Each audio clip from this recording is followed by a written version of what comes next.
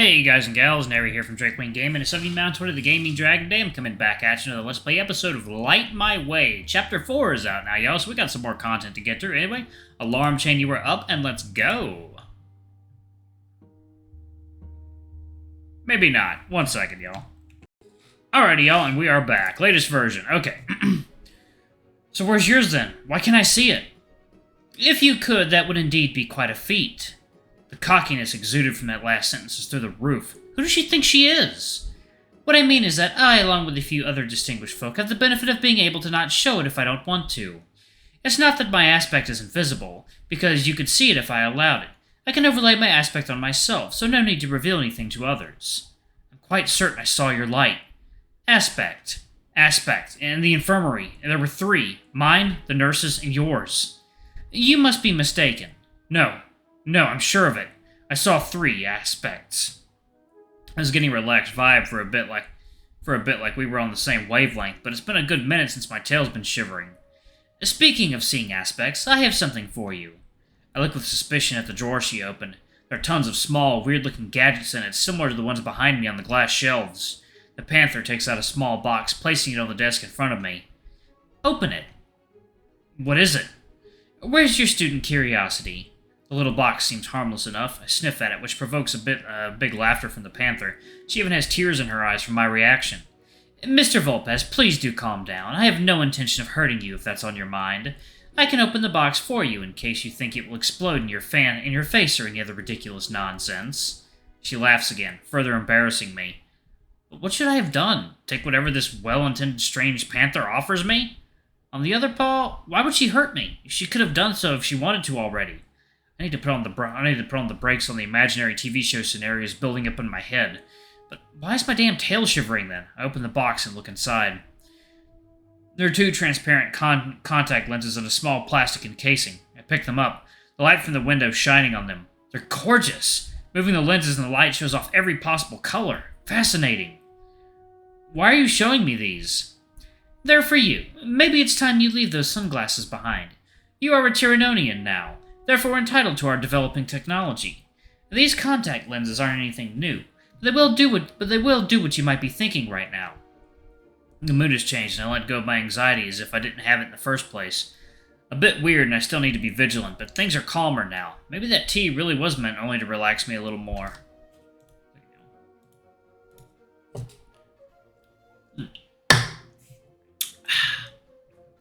The moment I saw the contact lenses, I thought of a life where I wouldn't have to wear sunglasses everywhere I went. I am too excited to even contain it. As much as I would like to not look like a giddy pup, it's damn near impossible. I'm almost bouncing on the chair while my tail swishes behind me. Wasn't I scared a few minutes ago? Well, not anymore. This is awesome. Oh, do try them. Try them on, Mr. Volpez. No need to play it cool. Like a cub opening presents on Grand Unification Day, I take out the contact lenses, looking at them mystified. These can fix my problem seeing the aspects? They should. You are not the first with this issue, although a rare one to be sure. Your way of harnessing aspects is through your vision. Others get it in different ways. Others? There are other equalizers. You must have expected that. Equalizers. That's how we refer to folk who can do what you do. And no, I didn't think there was anyone else like me. How could I possibly know this? Who are they? Are they here at Tyrannon? Can I meet them? Slow down, Mr. Volpez. Yes, there are other equalizers at Tyrannon. In fact, you've met one already. Darius? Fabian? But it felt strange. I knew it. Kieran Cliffs. Of course, the wolf with the transparent light. Yes, I did. Does he know I'm an equalizer? He should, considering he is my assistant here. It would be disappointing if he didn't. You said there's something called the equalizer stopping me from talking about aspects to anyone. Yes, in a manner of speaking, you are working for the equalizer, therefore your title. My head hurts from getting all this information at once. A headache from anything else than lights. Nice change of pace. What does an equalizer even do? Mr. Volpez, I believe we reached the end of our chat for now. Wait, no, you can't dump all this information and then expect me to leave. You do have class soon. Missing class can lead to expulsion. We wouldn't want that to happen. Mr. Cliffs will notify you of your next meeting, which will be soon enough. Have a very productive day. I'm leaving with 1,000,001 questions and she doesn't care. Huh. She opens the door to her office, and I step out in a complete stupor. I amble towards the exit of the hallway, forcing my brain to comprehend what happened. I check the contact lenses I got gifted. They look normal, aside from the beautiful colors they shine in the light. I open my backpack and lower them in with as much care as I can muster. I'm excited about what I learned, although I have so many questions I want to ask Miss Refulgence. For starters, the most important one. Why me? Why am I this equalizer? Even more so, what is it I'm supposed to do with this knowledge? Equalizer, okay, great, now what? I turn around and pace back to her office. She should tell me what I need to know. What does it matter if I skip one class? I need answers now. As I approach the door and lift my paw to knock, a sinking feeling twists in my stomach. Something is telling me I shouldn't do this. Is she making me feel this way? My tail is shivering again. What was that thing about her aspect that I couldn't see it? What if she is dangerous after all? This is so frustrating. I want answers. But maybe it's best if I go to class like she told me to. I know more now than I've ever known about this entire aspect thing. Overall, this is a win, and like my dad says, celebrate victories.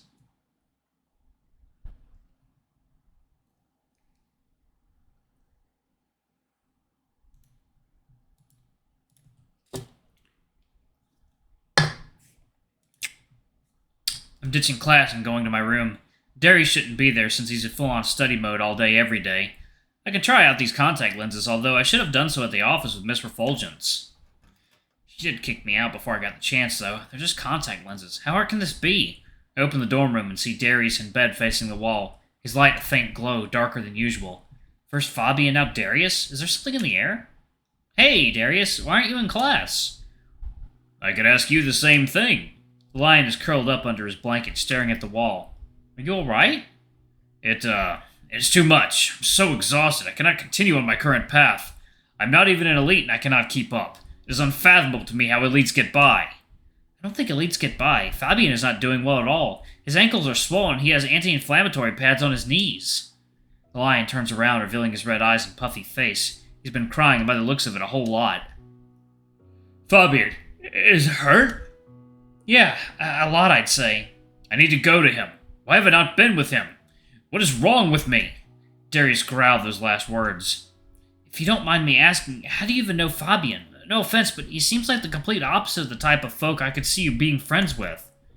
He is quite different from me, yes. We met a season ago here at Tyrannon when my parents brought me to see the university.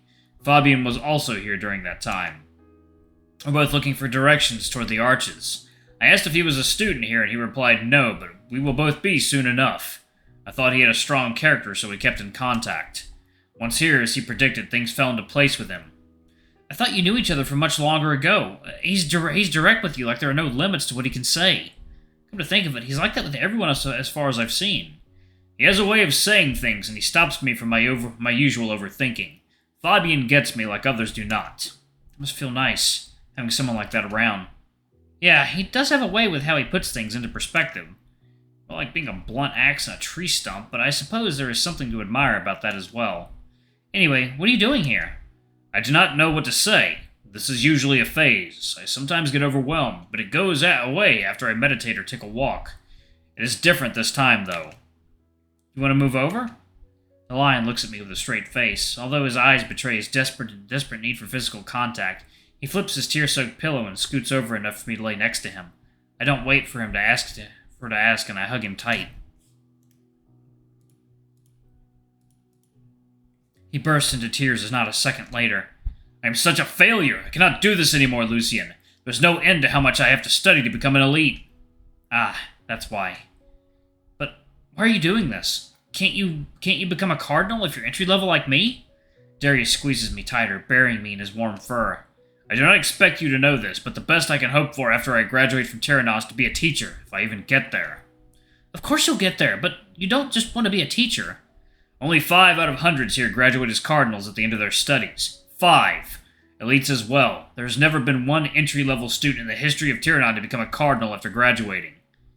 What if you're the first? I say that, but I feel unsure about it myself. Darius has been studying almost every waking moment since he's been here, and he has most likely prepared for this months or even years in advance as well. He's lying here, lost and almost broken. Darius? The lion looks at me with tears in his eyes. Why do you want to be a cardinal? His big arms loosen up at my questions. I have always dreamed I would be one. Since I was a cub, my parents always told me I would be one. Well, do you want to be a cardinal, or did your parents want you to be one? The lion clears the tears from his face and gets up from under the covers. Lucien, I am terribly sorry for my outburst. Honestly, I do not know what came over me. If you would be ever so kind as to forget this entire mess, that would be a welcome, friendly gesture. I need to get to class now. I look at him, marveling at how easy the switch in his head flipped. He was a crying wreck a moment ago, now a towering statue. But I see who he really is on the inside and how much effort he puts into his study, into the sturdy, calm exterior he shows off everywhere he goes. Why don't you want to talk about this stuff? It's only us two. You can say what's on your mind. I won't judge. As I said, best forgot. Excuse me. Darius heads to the bathroom, leaving me disappointed at what transpired. His parents ingrained this attitude into him every chance they got. It's most likely a default setting he goes back to whenever things get out of the ordinary. I expected more from him. Isn't part of becoming a cardinal also looking within and all that? In the chaos with Darius, I forgot about the lenses. I would need to use the bathroom mirror for this, but I'll try them on here since Darius must be washing his tear-filled fur in there. If anything goes wrong, I have an excuse to get him out of the bathroom and see how he's doing. The lenses shine their beautiful lights again. I pull one out of its encasing and hover it over one of my eyes. If I drop it... It jumped into my eye. What the hell is this? It hurts so bad. I grab onto the desk, steadying myself. All right, I'm fine now. It was scary. I need that mirror, damn it. I'll use my phone camera. My eye looks okay-ish. Somewhat red from the initial shock, but nothing out of the ordinary. After squirming around from putting in the second lens, I lay on my bed looking around. No difference. I hear the door from the bathroom open and shut, my eyes out of pure instinct. When I hear Darius get close, I squint my eyes to check the brightness levels. Oh. Whoa. It's amazing. Oh, my fur, this is so liberating. Not only can I look at him, I can see his aspect. There's another lion around him. It's like that panther said. The big lion looks like Darius. I can see specific traits, but it's a big, sturdy lion, all right. So that's an aspect. Wow, it's surreal. Well, real. This is real. It's actually all real. I'm not crazy. I look at my paws and dash to the bathroom, almost knocking Darius over. A fox? 2? 3? 5? That's a lot of foxes around me. These things must be broken. I must have put them in wrong. I'll take them out and try again. What the hell? It's not working. No. They're stuck? Forever? There has to be a way to get them out, or maybe they need to be calibrated or something. I need to get to Miss Refulgence right now. Darius is standing in front of the bathroom holding my sunglasses in his paw. You're not wearing your sunglasses anymore. How come? I got these new contact lenses from the medical center, and they kind of fixed my issues. I never asked about your situation so as to not make you feel self-conscious. What is it those lenses do? I see his aspect staring at me with a solemn look, and I could take a few steps back, fearing the imposing purple lion shape. I can't quite make out its entirety. It's smiling, that I can make out. I think it's smiling at me? Should I smile back? No. What would Darius think? God, I'll get another headache if I keep this up, and I don't have the time to waste. Alright, I'm gonna pause it right there. Thank you all so much for watching. Don't forget to like, comment, subscribe, ring that notification bell, and check out our Patreon if you can. It always helps. Alright, y'all, I am gonna head off and relax for the evening. Anyway, I love you all. See you all in the next video. Bye-bye!